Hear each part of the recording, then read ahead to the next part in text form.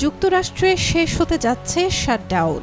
কেন্দ্রীয় সরকারের তহবিল আবার চালু করা নিয়ে সিনেটে একটি সমঝোতায় পৌঁছেছেন ডেমোক্রেটিক ও রিপাবলিকান দলের সদস্যরা। এর ফলে যুক্তরাষ্ট্র সরকারের রেকর্ড ৪০ দিন ধরে চলা শাটডাউন বা অচলাবস্থার অবসান হতে চলেছে।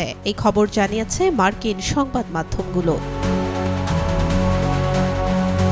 রোববার সিএনএন, ফক্স নিউজ সহ একাধিক সংবাদ মাধ্যম জানায়, স্বাস্থ্যসেবায় ভর্তুকি, খাদ্য সহায়তা এবং ডোনাল্ড ট্রাম্পের সরকারি কর্মী বরখাস্তের সিদ্ধান্ত নিয়ে টানাপোড়েনের পর আগামী জানুয়ারি পর্যন্ত সরকারের তহবিল চালু রাখার জন্য একটি অস্থায়ী চুক্তিতে পৌঁছেছেন আইন প্রণেতারা।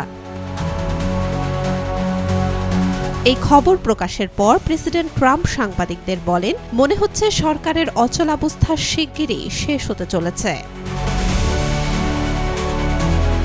সরকারি ব্যয়ের বাজেট পাশ নিয়ে গত ১ অক্টোবর থেকে শুরু হয় দীর্ঘ এই অচলাবস্থা।